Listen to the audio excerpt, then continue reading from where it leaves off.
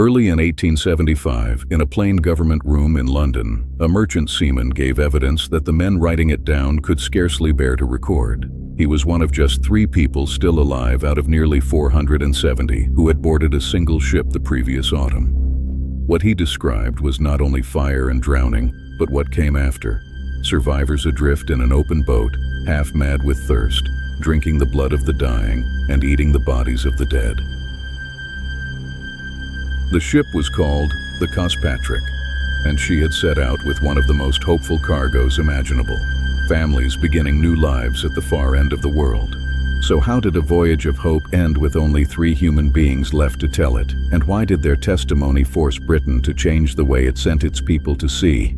To answer that, we have to go back to a wharf on the Thames, and to the promise that filled her decks.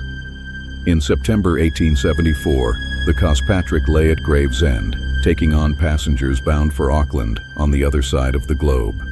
She was a sailing ship of the old kind, a timber hull, tall masts, no engine, wholly at the mercy of wind and weather. Her passengers were not wealthy.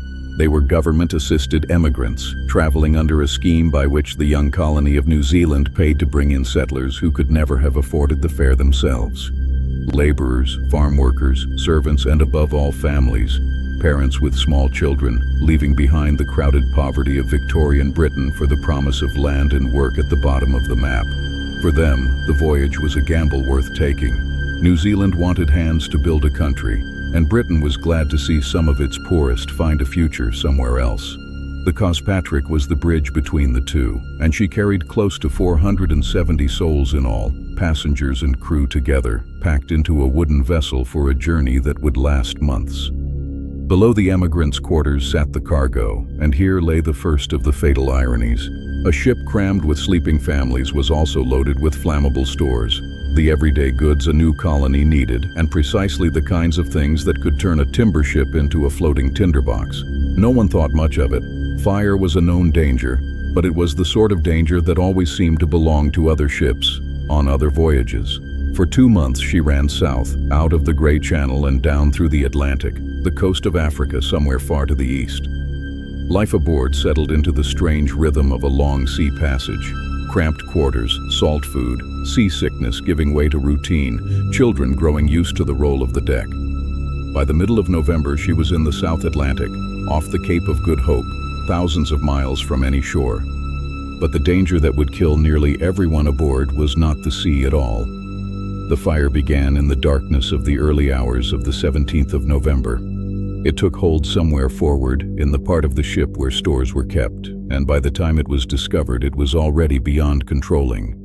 On a wooden sailing ship far out in the ocean, fire is the oldest and most absolute of terrors. There was no help within reach, nowhere to run, and nothing all around but water they could not use to save themselves. Panic swept the crowded decks. Hundreds of people, many of them children woken from sleep, surged toward the boats.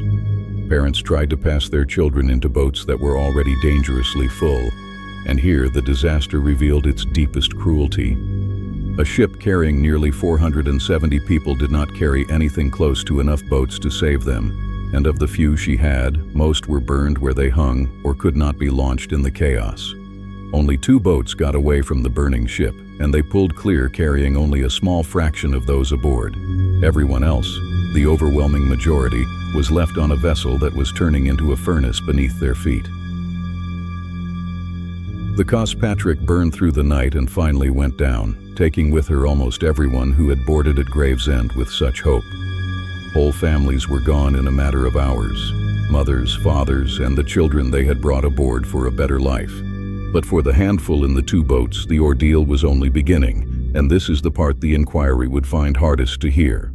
The 2 boats had escaped with little water and almost no food, no shelter from sun or cold, and far more people aboard than they were ever built to hold. They drifted in the open Atlantic day after day.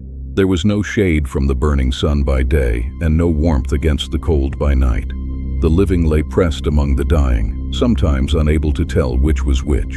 One of the boats was lost and never seen again. In the other, people began to die, of thirst, of exposure, of the injuries the fire had left them.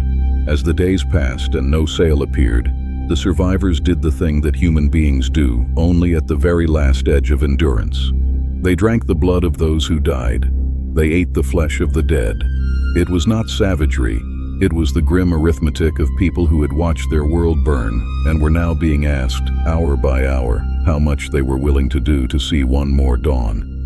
Second mate Henry MacDonald was among them, watching his companions slip away one by one, and it would fall to him to carry that memory back into a courtroom. When rescue finally came, it came almost too late. The ship British Sceptre found the drifting boat and took aboard what little was left of its human cargo.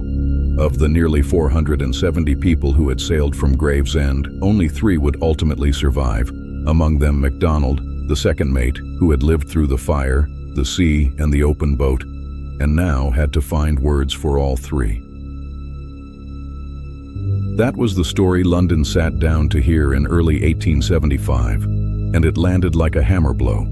The loss of the Cospatrick was reported across Britain and, with special grief, in New Zealand, where whole communities had been waiting to welcome settlers who would now never arrive. In the colonial press, the disaster was mourned as a wound to a young nation that was still counting on ships like her to bring it people. But it was the details of how the few had survived, the boats that were never enough, the horror that followed, that would not let the public look away. The questions were unavoidable. Why did a ship carrying families across the world not carry enough boats to save even a fraction of them? Why was there no way to fight a fire once it took hold? Why were the poorest emigrants traveling on the government's own scheme sent to sea so poorly protected? The Cospatrick became part of a slow, hard reckoning over emigrant ship safety, over fire precautions, over the number and readiness of lifeboats, over the basic duty a nation owed to the people it shipped to the far side of the earth in the name of a better life. The testimony of the 3 survivors gave that argument something no dry report ever could, a face and a cost so terrible that no one could wave it away. So this is why only 3 came home. Not simply because a fire broke out in the dark. Fire had always been the terror of wooden ships. But because a system had loaded hundreds of hopeful people onto a vessel with no real means of saving them, and then looked away until 3 broken survivors forced it to look back. The families who boarded at Gravesend were chasing a country that wanted them. Most never saw a single mile of its coast, and the 3 who lived carried, for the rest of their days, the exact knowledge of what it had cost to stay alive. The 3 who lived never truly left that open boat. Who drifted away in the second boat and was never found? Watch the next story on screen now.